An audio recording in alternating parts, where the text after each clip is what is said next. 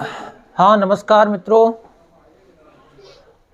मैं Rakesh Gautam Shiv public school अरुआ के यूट्यूब चैनल पर आपका हार्दिक स्वागत करता हूं, अभिनंदन करता हूं। प्यारे विद्यार्थियों, आज का जो हमारा विषय रहेगा कक्षा 12वीं की अनिवार्य हिंदी की पुस्तक का अध्याय 3 और तीसरे अध्याय में रहीम दास का साहित्यिक परिचय एवं उनके नीति सम्मत दोहों का अध्ययन करेंगे। आइए विद्यार्थियों, जैसा कि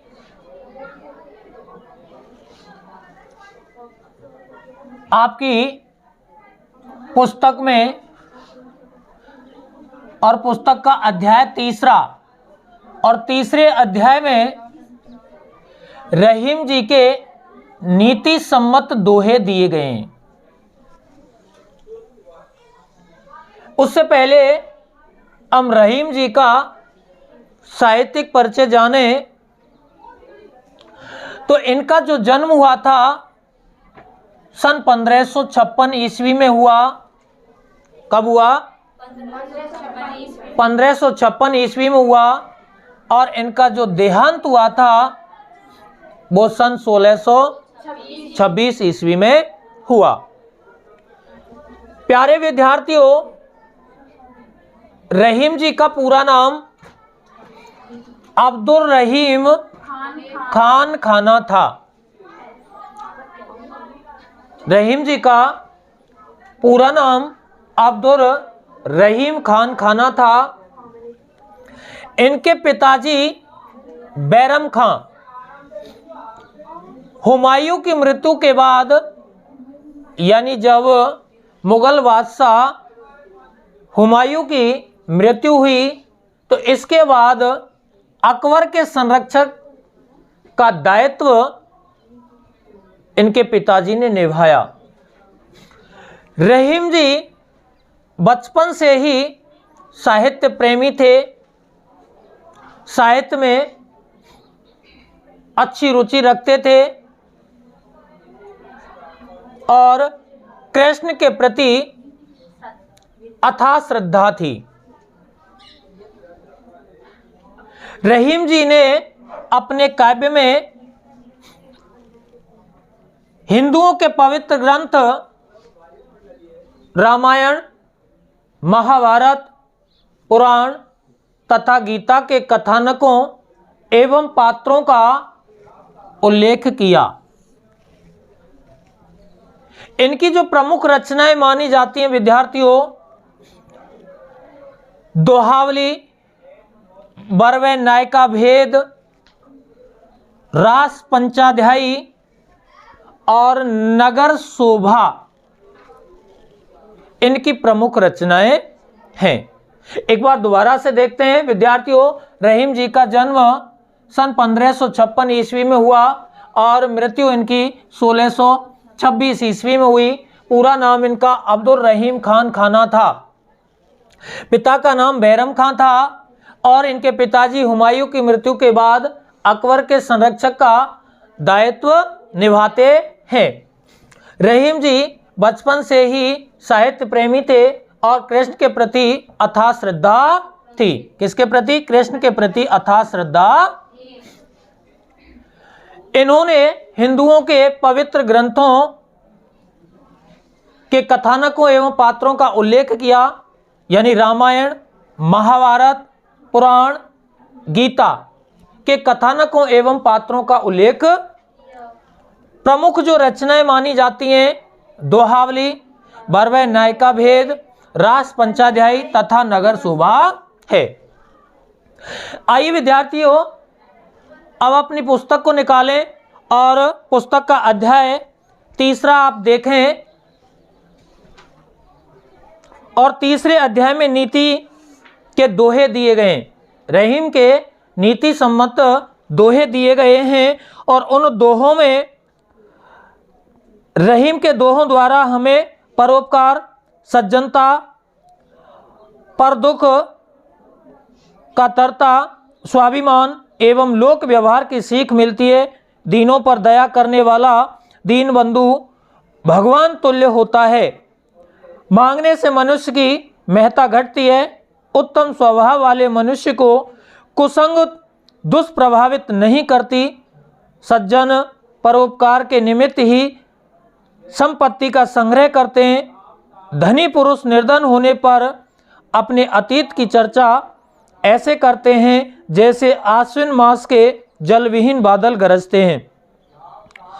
अच्छे लोगों के रूठने पर उन्हें मना लेना चाहिए। आंख से निकलने वाले आंसू घर वेदी की तरह हमारी व्यथा को जग जाहिर कर देते हैं और काम पड़ने पर वह काम निकलने पर लोगों का व्यवहार भिन्न भिन्न होता है।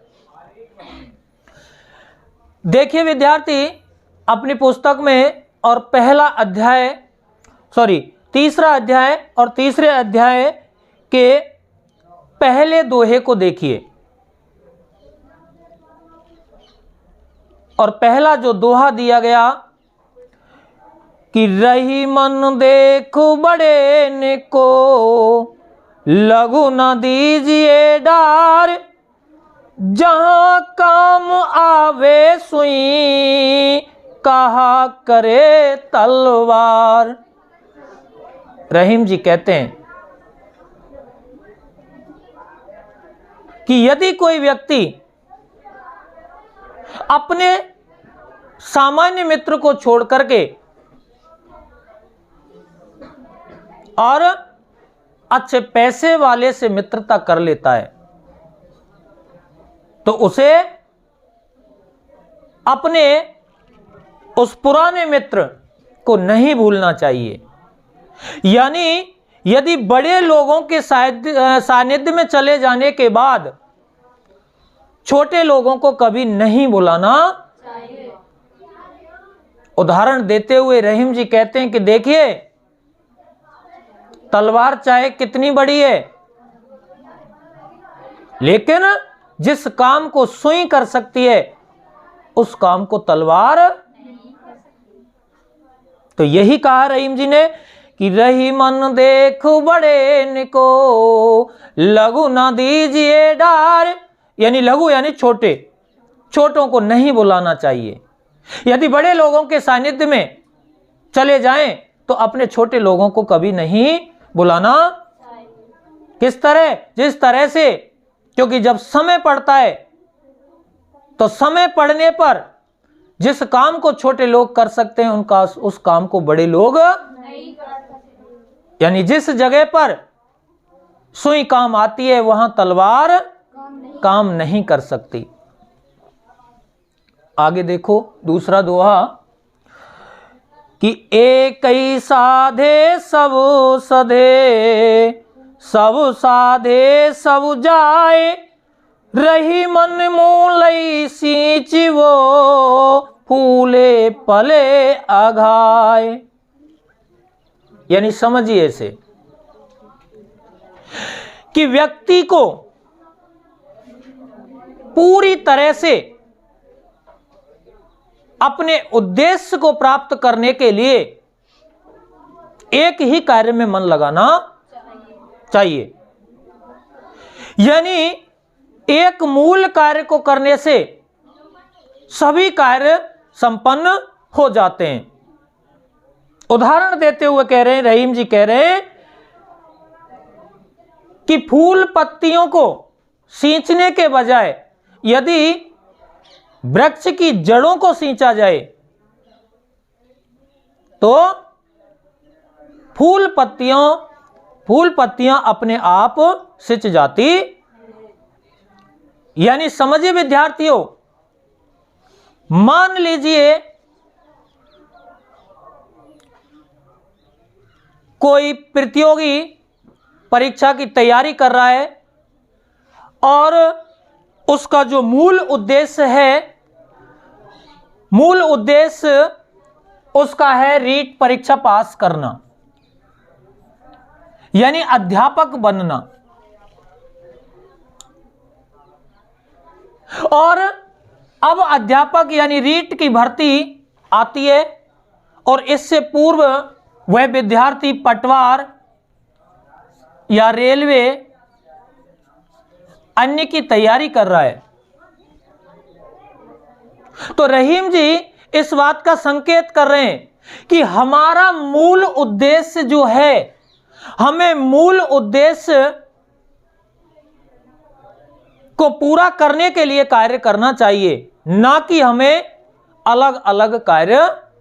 यदि व्यक्ति पटवार की भी तैयारी करे, रेलवे के भी करे और रीट की भी करे, तो वह सफल नहीं हो सकता। यदि वह अपना